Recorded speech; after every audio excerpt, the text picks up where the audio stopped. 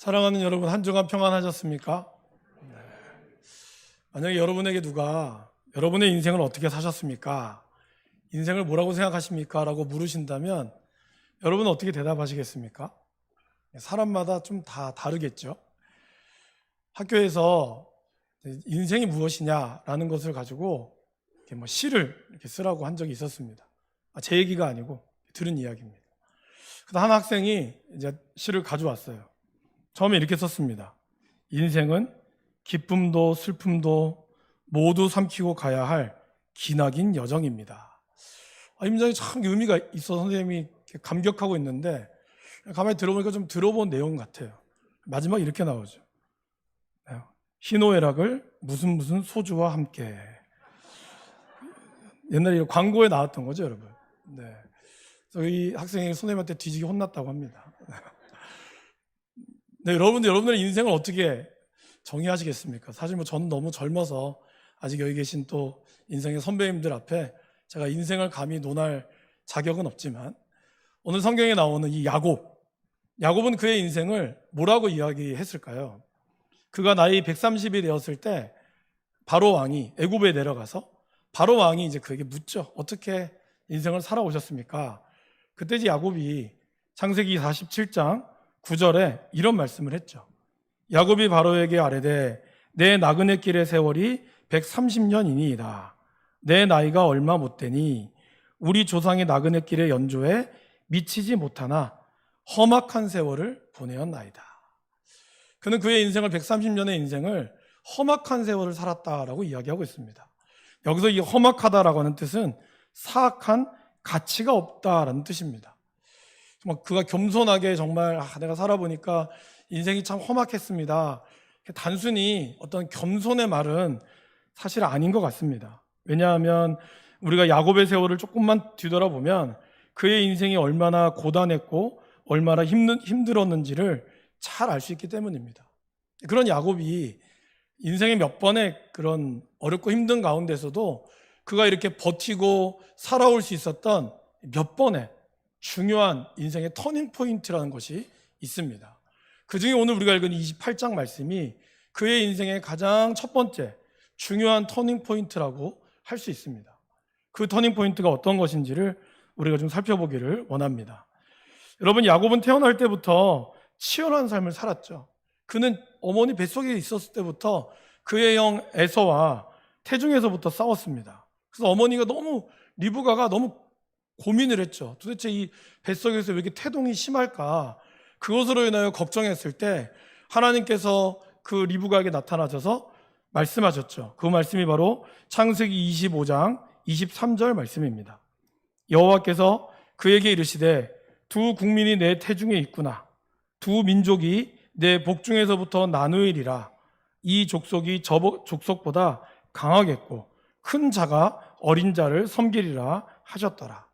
그러니까 뱃속에서부터 하나님은 이 두 민족이 싸우고 그리고 큰 자가 작은 자를 섬길 것이다라고 예언을 하셨습니다. 그래서 태어나면서 형이 먼저 태어났죠. 에서가 붉은, 붉다라는 하는 뜻의 이런 이야기와 함께 그것을 붙잡고 나왔죠. 그래서 발 뒤꿈치를 잡는 자, 그 이름이 바로 야곱의 이름이었습니다. 그 말은 단순히 발 뒤꿈치를 잡는다라는 뜻이 아니라 그의 인생이 그렇게 치열했다라는 것을 의미합니다. 여러분의 상식적으로 생각해도 여러분이 누군가의 발 뒤꿈치를 잡으려면 어떻게 해야 되죠? 내가 무릎을 꿇어야 됩니다. 그리고 그 사람이 발 뒤꿈치가 가만히 있겠습니까?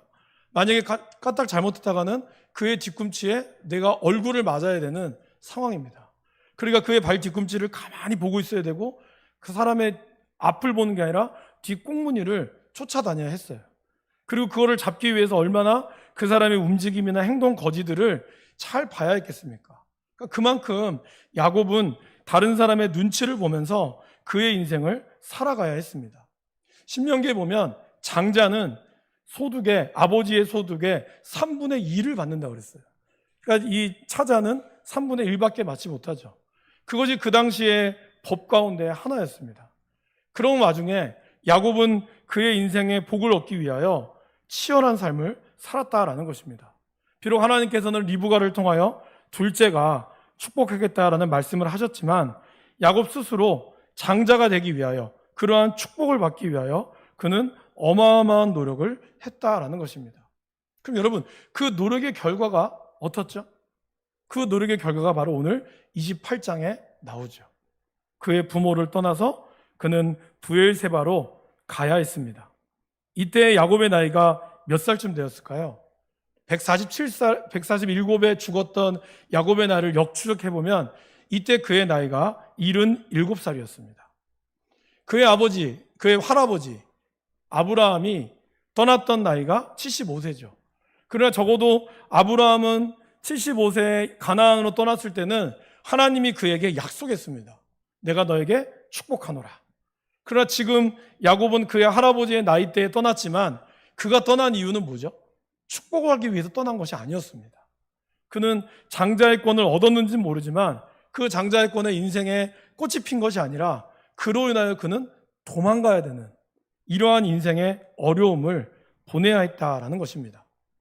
제가 지난주에 사막을 건너는 6가지 방법이라고 하는 책, 스티브 도나웨라는 책을 제가 여러분들에게 소개해 드렸습니다. 여기 망미도서관에 있습니다. 지금은 없어요. 제가 빌려갔거든요. 혹시 나중에 기회가 되시면 빌려보시면 아주 재미있는 내용인데, 그 책에 보면 이런 내용이 나옵니다. 인생의 길을 걸어가다 보면 아스팔트와 같은 길을 걸어갈 때가 있지만 언젠가 아스팔트가 갑자기 예고도 없이 끊길 때가 있습니다. 그러면 우리는 그 아스팔트 위를 끊긴 그 길을 넘어서 모래 위를 걸어가야 될 때가 옵니다 라는 얘기를 해요. 그것이 그가 살아왔던 인생의 여정 가운데 나타나는 거죠. 여러분, 우리도 그렇지 않겠습니까? 부모님의 어떤 사랑 가운데 우리는 아스팔트 길을 걸어왔습니다. 그런데 이제 결혼이라는 걸 통해서, 아니면 또한 여러분 인생의 새로운 시작을 위하는 그 길들이 근데 탄탄대로처럼 닦여져 있지 않아요.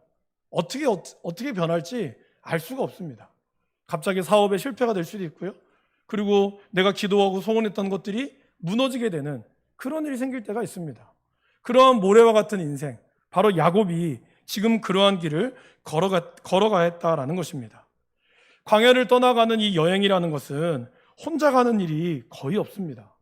왜냐하면 지금과 다르게 광야의 길은 매우 위험하고, 어떠한 낮에는 영상 40도 이상의 태양볕과 밤에는 영하 12도가 되는 그러한 추위와, 그리고 뱀에 있는 그 사막에 있는 뱀이나 전갈, 어떠한 위협이 도사릴 수 있을지 아무도 장담할 수 없기 때문입니다. 거기에 강도의 위험도 여전히 숨어져 있죠. 그런데 오늘 야곱은 어땠습니까? 그 옆에 아무도 없었습니다. 철저히 혼자였고, 여기서 야곱은 그가 어떠한 변고를 당해도 그에 대해서 소식을 전해줄 사람도 아무도 없었습니다. 여기서 하란까지, 브엘세바에서 하란까지의 거리는 약 800km나 됩니다. 자동차가 있었던 것도 아니고 오로지 걸어가야 되는, 오늘 성경에 보면 야곱이 말을 타고 갔다는 기록이 없어요. 그는 걸어서, 그리고 그의 형을 피해서 갑작스럽게 홀혈단신으로 떠나가야 했다라는 것입니다. 오늘 그가 멈췄던 곳은 약 110km 정도 된다고 합니다. 브엘세바에서 110km, 아직 8분의 7이라고 하는, 8분의 1밖에 오지 않은 그러한 상황도 아마 야곱은 그냥 걸어왔을 거예요. 무작정 그가 안전한 길을 뿐만이 아니라 일단 자기 형을 피해서 아버지가 시키는 대로 가야 한다는 생각에 사로잡혀서 아마 3일길 내내 그는 정처 없이 걸어갔을 것입니다. 그리고 이제 이곳에 당도했죠. 머물 여관도 없었고 머물 곳도 없이 그는 너무나 피곤한 나머지 평평한 돌을 베개 삼아서 잠이 들었습니다. 그때 그에게 놀라운 광경을 펼쳐지는, 그는 꿈을 꾸게 됩니다. 그 말씀이 12절, 13절 말씀이죠. 12절, 13절에 그는 세계를 봤다라고 얘기를 해요. 성경에는 본즉이라고 표현하는데 사실은 이거의 정확한 뜻은 감탄사입니다. 그래서 이걸 좀 더 표현해 보면 이 뜻은 이렇습니다. 와, 봐라, 사다리다. 우와, 천사야. 우와, 하나님의 여호와를 내가 봤어. 그러한 감탄사를 그는 꿈 가운데 쳐다봤습니다. 놀랍게도요, 이 사다리가 밑에서부터 올라온 사다리가 아니에요. 위에서부터 밑으로 내려온 사다리입니다. 여러분, 이건 굉장히 중요한 의미가 있습니다. 하나님께서 인간이 바벨탑을 쌓을 때는 어떻게 시작했죠? 밑에서부터 위로 올라갑니다. 사실 우리의 인생은요, 밑에서부터 시작해서 위로 올라가는 인생의 되기를 다 원합니다. 그죠? 그러나 우리의 인생이 올라가면 올라갈수록 그 길이 만만한가요? 만만치 않습니다. 에베레스트 산을 올라가면 갈수록 사람들이 거기에 이제 호흡이, 공기가 부족하죠. 그래서 정상에 가면은 우리는 생각하기에 정상 가서 사진 찍으면 매우 기뻐할 것 같지만 사실 그 정상의 8,000m 이상의 정상에 도착하면 1분도 못 있는다고 그러죠. 왜냐하면 1분 이상 있으면 얼어 죽거든요. 그러니까 올라가면 올라갈수록 숨은 턱턱 막히고 그러한 삶이라는 거예요. 여러분, 야곱의 인생이 어땠죠? 야곱은 자신의 인생에 하늘 사닥다리를 만들기 위해서 굉장히 많은 노력을 했습니다. 그는 그 인생의 성공을 위해서 분주하게 왔어요. 어떻게 보면 둘째로서, 차자로서 오는 그러한 서름을 그는 극복하기 위해서 처음에도 말씀드렸지만 눈치 보면서 그는 그 장자의 축복권을 얻기 위해서 온갖 노력을 했습니다. 팥죽을 왜 준비했을까요? 여러분, 그냥 우연히 준비했을까요? 아닙니다. 형이 배고픈 걸 알고 그 배고픔 가운데 그 장자의 축복권을 얻기 위해서, 장자의 명분을 얻기 위해서 그는 형이 사냥하고 돌아올 끝에쯤에 아주 배고파서 정말 힘들 그때쯤에 좋은 냄새를 피워서 그에게 팥죽 한 그릇으로 장자의 명분을 샀다라는 것입니다. 그리고 아버지로부터 장자의 축복권을 받기 위하여 그는 어떻게 했죠? 자기 몸에 염소의 가죽을 입히고 거기다가 털을 붙였습니다. 목소리만은 어찌할 수 없었으나 다행히 그 아버지의 눈이 어두웠고, 그래서 손은 에서의 손인데 목소리는 야곱의 목소리로구나. 그렇게 하면서 그는 그의 아버지를 속이며 그의 장자의 축복권을 얻었습니다. 그렇게 그의 인생의 사닥다리를 하늘까지 쌓았던 그러한 순간이었지만 사실 그 대가는 너무 컸다는 거예요. 바로 형과 둘도 없는 원수의 지간이 되고 말았습니다. 형이 그렇게 얘기하죠. 아버지만 죽어봐라. 너는 이제 나한테 죽었다고. 아버지가 죽기만을 바랬던 형의 등살에, 물론 표면적으로는 결혼을 하러 가는 거였지만 그는 도망자의 신세가 되고 말았습니다. 사랑하는 부모님을 더 이상 만날 수가 없었어요. 특별히 누구를 만날 수가 없었을까요? 리브가를 만날 수가 없었습니다. 여러분, 성경을 가만히 보시면 지금 이삭이 매우 자기가 죽을 때를 대비해서, 그죠? 유언처럼 얘기했잖아요. 이삭이 언제 죽었을까요? 이삭은 야곱이 돌아올 때까지 살아 있었습니다. 안 죽었어요. 20년 이상 야곱은 그 이후에도 더한 인생을 살았습니다. 그런데 리브가는 죽었어요. 그러니까 리브가의 이 만남이, 그의 어머니의 만남이, 그가 여기서 떠났던 브엘세바의 만남이 마지막 만남이었어요. 그가 축복을 누린다고 생각했지만 그의 인생은 누구보다 절망 가운데 그는 도달했다라는 것입니다. 그런데 하늘의 사닥다리가 밑에서부터가 아니라 하늘 위에서부터 그에게 비춰왔다라는 것이죠. 그러기에 야곱이 얼마나 놀랐을까요, 여러분? 모든 상황을 다 잃었다고 생각했지만 하나님께서 그를 찾아오셨다라는 것입니다. 사랑하는 여러분, 우리의 인생에 아무것도 없다고 생각될 때, 그래서 내가 너무 곤고하고 내가 너무 가난하다고 느껴졌을 때, 그때가 바로 하나님의 나라를 경험할 수 있는 때라는 것을 기억하시기를 바랍니다. 예수님께서는 마태복음 5장에 그렇게 이야기하시죠. 마음이 가난한 자는, 심령이 가난한 자는 천국이 저희 것이며. 우리의 심령이 가난하다는 것은 뭘까요? 부족하고 없고, 그러기에 내가 절망 가운데밖에 빠져 있을 수밖에 없을 때, 그러한 감정을 느낄 때 하나님께서 우리에게 찾아오신다라는 것입니다. 인간이 절망이라고 생각했을 때 하나님의 희망이 보이는 것입니다. 내가 내 인생에 방황하다고 느꼈을 때 하나님께서 방향이 되어준다라는 것입니다. 그 하나님께서 오늘 야곱에게, 또 우리 인생에게 뭐라고 말씀하실까요? 나는 너희의 조부 아브라함의 하나님이요 이삭의 하나님이다라고 말씀하십니다. 이건 뭐를 뜻할까요, 여러분? 예수님께서, 하나님께서 우리 인생이 그냥 상상 속에 나오는, 여러분 꿈속에서 나오는 하나님이 아니시라는 거예요. 사실 오늘 28장의 중요한 이유는 뭘까요? 이전까지 77년을 살아오면서 성경에는 야곱이 하나님을 만났다는 기록이 어디에도 없습니다. 비록 그는 어머니로부터, 아버지로부터 자기의 하나님, 아버지의 하나님을 들었겠죠. 여호와 하나님을 들었을 것이고 우리 조상 할아버지 아브라함이 어떻게 이 자리에 오게 됐는지를 아마 들었을 거예요. 그러나 그는 듣기만 했지 그가 귀로 듣기만 했지만 눈으로 보지 못했다는 것이죠. 그 눈으로 보지 못한 하나님을 오늘 그는 직접 이야기하고 듣고 있다는 것입니다. 이건 뭘 뜻할까요, 여러분? 하나님이 저와 여러분의 인생 가운데도 섭리하고 계신다는 거예요. 그냥 그 하나님은 먼 데 있어서 여러분들이 그냥 뜬구름 잡는, 예전에 우리 교회가 50년 전에 하나님께서 이 교회를 세웠습니다. 그래서 하나님의 그 역사가 우리 교회를 이끌어 갔습니다. 그러한 어떤 전설로만 남아있는 것이 아니라 그 하나님께서 오늘 저와 여러분의 인생 가운데도 야곱의 하나님이 되어주셨듯이 여러분의 하나님도 되어주신다라는 것을 의미합니다. 그 하나님께서 오늘 뭐라고 얘기하시죠?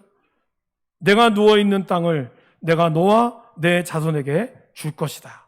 뭘 뜻할까요? 네가 비록 77세의 총각이지만 내가 결혼을 하여 자녀를 낳을 것이라는 것을 의미합니다.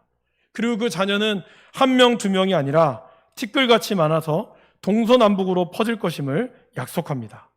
그리고 하나님께서는 야곱이 가는 곳마다 함께해 주시며 보호해 주시고 떠나지 않을 것을 하나님은 우리에게 약속해 주고 있습니다.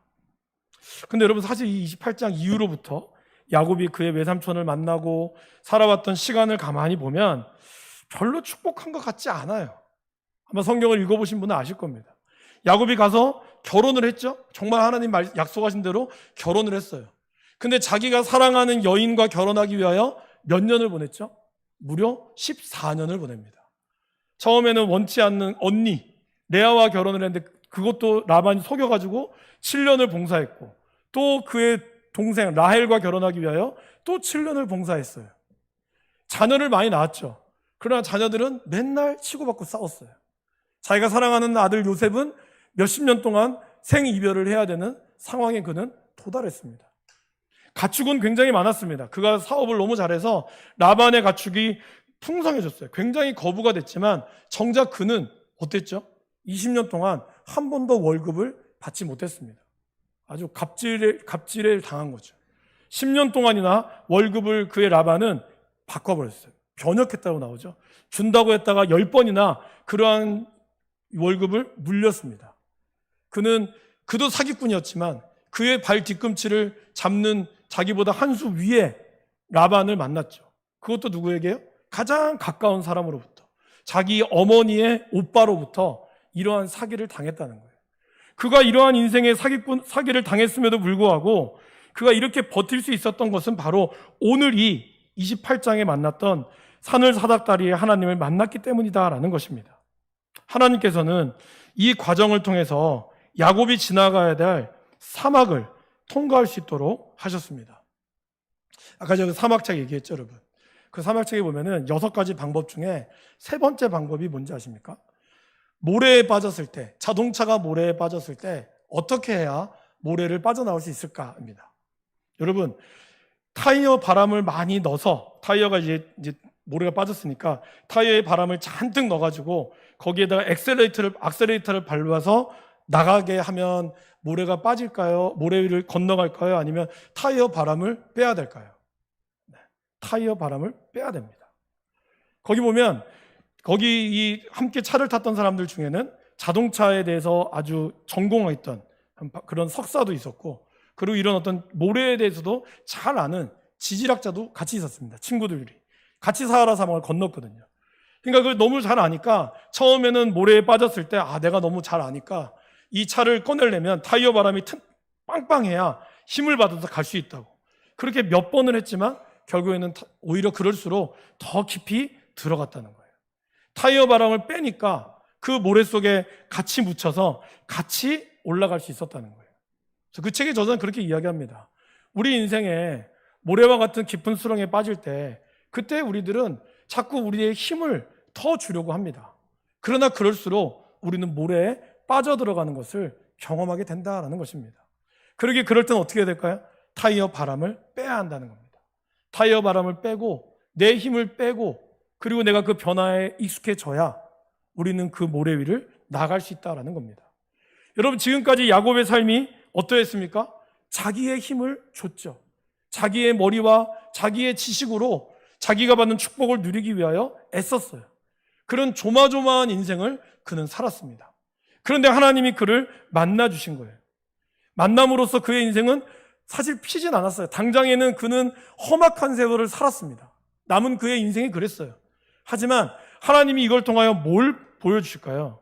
바로 우리의 인생이 주인이 누구이냐, 야곱의 힘을 빼게 해주심으로써 하나님은 세상의 자랑을 먼저 주는 것이 아니라 하나님께서 인생의 주인 되심을 먼저 알게 하신다라는 것입니다. 여러분, 우리 인생이 착하게 살아서 복받고 나쁘게 살아서 힘든 것이 아닙니다. 솔로몬은 전도서를 쓰면서 그렇게 이야기했죠. 내가 살아보니까 나쁜 짓을 했는데 복받는 사람이 있고 선한 행동을 했는데도 벌을 받는 의인이 있더라. 그것이 그의 인생 깨달은 바예요. 내가 열심히 일했지만 오히려 이거를 다른 사람이 가로채가는 경우도 있고 아무것도 안 했는데 내가 어부지로 받는 경우가 있다라는 겁니다. 왜 그럴까요, 여러분? 그 사람이 착하고 그 사람이 악해서 그런 단순히 인과응보의 문제였을까요? 그렇지 않습니다. 제가 2주 전에 말씀드렸듯이 사실 우리 인생길 자체가 힘이 드는 거죠. 부자라고 해서 다 평안하지 않습니다. 가난하다고 해서 다 힘들지 않습니다. 모두 다 우리가 살아가는 인생은 그 나름대로의 아픔과 슬픔과 연약함을 두고 있습니다. 왜 그럴까요? 바로 그것이 인간이 죄로 인하여 얻은 하나님이 주시는 이 결과라는 것입니다. 이러한 고단한 인생에서 이길 힘은 나의 머리나 나의 지식이 아니라 하나님이시라는 것을 하나님은 오늘 야곱에게, 우리 인생에게 보여주고 있다라는 것입니다. 그러기에 인생의 진정한 복은 세상적 축복 이전에 하나님을 깊이 알아가는 것임을 우리가 잊어서는 안 된다라는 것입니다. 하나님은 오늘 이 야곱의 인생에게 축복하시지만 그 축복의 인생은 우리가 생각하는 축복 너머에 하나님이 주시는 힘을 빼는 과정을 우리에게 주셨다라는 것입니다. 여러분들, 야곱이 자기가 잘해서 지금 이 환상의 축복을 버는 걸까요? 사실 야곱은요, 오늘 현대로 치면 뭐죠? 사기치고 도망가는 겁니다. 그렇잖아요. 아버지한테 사기쳤죠? 형한테 사기쳤죠? 아버지가 고발하면 끝장나는 겁니다. 그러면 적어도 하나님이 야곱에게 와서 너 왜 사기쳤냐? 너 왜 네 아버지 앞에 순종하라고 가르쳤는데 너는 왜 그렇게 살았냐? 그래서 그게 벌 주셔야 맞아요. 그런데 오늘 하나님은 그의 인생을 축복하기 위하여 하나님이 오셨다라는 것입니다. 아까 제가 위에서부터 사닥다리를 내렸다 그랬죠. 그게 뭘 의미할까요?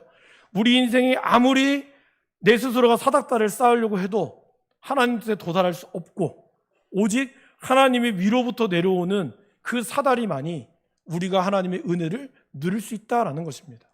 저와 여러분들이 아무리 하나님을 찾으려고 해도 우리는 하나님을 찾을 수가 없습니다. 하나님이 그분이 우리 가운데 계시하실 때만이 우리가 만날 수 있다는 거예요. 그러나 감사하게도 하나님은 성경에서 약속하시죠. 나를 간절히 찾고자 하는 자는 내가 만날 것이라고. 근데 하나님의 그 무조건적인 사랑이 저와 여러분들을 택하여 주셨다라는 것입니다. 오늘 야곱은 이 엄청난 꿈을 꾸고 잠이 깼어요. 단순한 꿈이 아니라는 것을 알았습니다. 그냥 너무 피곤하니까 자기가 환상 중에 부자가 되고 싶으니까 보여주는 그 꿈이 아니었어요. 진짜 하나님을 만난 것이죠. 그래서 그는 16절에 이야기하죠. 여호와께서 여기 계시거늘 내가 알지 못하였도다. 그리고 이곳은 다름 아닌 하나님의 집이요 이는 하늘의 문이로다. 하나님은 먼데 계신 것이 아니란 걸 알았다는 거예요. 사실 하나님은 늘 야곱의 곁에 있었어요. 그러나 야곱이 몰랐어요. 왜 몰랐을까요? 자기 자신이 너무 강했기 때문에. 내가 내 인생의 성공에, 내가 내 인생을 내가 이루어가겠다는 책임감이 너무 강했기 때문에 그는 주변의 하나님을 볼 수 없었습니다. 여러분, 복음서에 그런 내용 아시죠? 혈루병 걸린 여인이 예수님이 오신다는 얘기를 듣습니다. 그러면서 그가 뭐라 그러죠? 내가 그분의 옷자락만 만져도 내가 병이 나을 수 있다라고. 근데 정말 그 옷자락을 나니까 혈루의 근원이 나갔어요. 근데 예수님이 뭐라 그러죠? 누가 내 능력을 나에게서 나갔다. 그때 거기에는 제자들을 비롯하여 뭐라 그러죠? 주님, 이렇게 많은 사람이 다 예수님의 옷자락을 만집니다. 근데 어떻게 이렇게, 주님 참 민감하시네. 이렇게 했다는 거죠. 그런데 예수님은 알았다는 거예요. 여러분, 오늘 수많은 예수님이 저와 여러분과 함께 하시면서 여러분의 인생에 예수님의 옷자락을 우리는 만지며 스쳐 지나가고 있어요. 근데 우리는 그 예수님을 느끼지 못해요. 왜 그럴까요? 안 계셔서가 아닙니다. 우리가 그분을 간절히 만나고자 하는 마음이 없기 때문이라는 것이죠. 우리가 주님을 간절히 보고자 할 때 하나님은 그 인생 가운데 나타난다는 것이죠. 제가 지난주 말씀드렸죠. 우리가 팬으로 남을 것인지 제자로 남을 것인지. 팬은 그냥 내가 좋아하는 대로 예수님은 그냥 무리 속에 들어가서 말씀 들을 수 있습니다. 여기 계신 모든 분들이 다 말씀을 들으며 또 하나님 기뻐할 수 있습니다. 그러나 팬으로 남으면 그냥 팬으로서 받아지는 그냥 그러한 즐거움, 그것으로 끝나겠지만 여러분들이 정말 예수님의 옷자락을 만지기만 해도 내가 은혜 받을 수 있고 내가 복 받을 수 있다라고, 오늘 야곱처럼 이 꿈이 하나님이 나에게 주신 꿈이라는 것을 알고 나아간다면, 우리가 제자로서의 삶을 살아간다면 하나님이 우리에게 주시는 놀라운 은혜를 경험하게 된다는 것입니다. 그거는 팬으로서 느끼는 그냥 경험과는 차원이 다른 거예요. 그분의 제자로서의 삶은 우리의 인생을 완전히 바꾼다라는 것입니다. 그러면 제자의 삶의 특징은 뭘까요? 오늘 야곱은 그걸 보여주죠. 바로 경외함입니다. 오늘 17절 말씀에 이렇게 이야기하죠. 이에 두려워하여 이르되 두렵도다 이것이요. 그는 왜 여기가 두려웠을까요? 바로 하나님에 대한 경외감 때문이에요. 나도 모르게 이곳이 나에게 너무나 위대하고 두렵다는 것을 알았다라는 것입니다. 그리고 이러한 경외함이 있는 사람은 어디까지 갈까요? 하나님을 예배하는 자리로 나아간다라는 것입니다. 오늘 야곱은 이렇게 꿈을 꾼 후에 아침에 일찍이 일어납니다. 그리고 그곳에 자기가 세웠던 이 돌베개를 위에 세워서 기름을 붓고 그곳을 베델이라고 이야기합니다. 그리고 그곳에 하나님을 예배하죠. 베델은 무슨 뜻일까요? 하나님의 집이라는 뜻이죠. 이곳이 하나님의 집이라는 사실을 그는 고백하고 있는 거예요.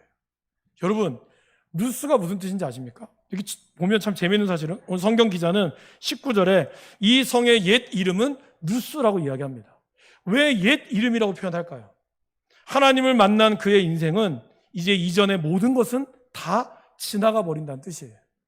이곳이 지금까지는 루스였으나 이제 하나님을 만나기로 인하여, 만남으로 인하여 그의 인생은 루스의 인생이 아니라 베델의 인생이 되었다는 겁니다. 루스란 이름의 뜻은 악하다라는 뜻이에요.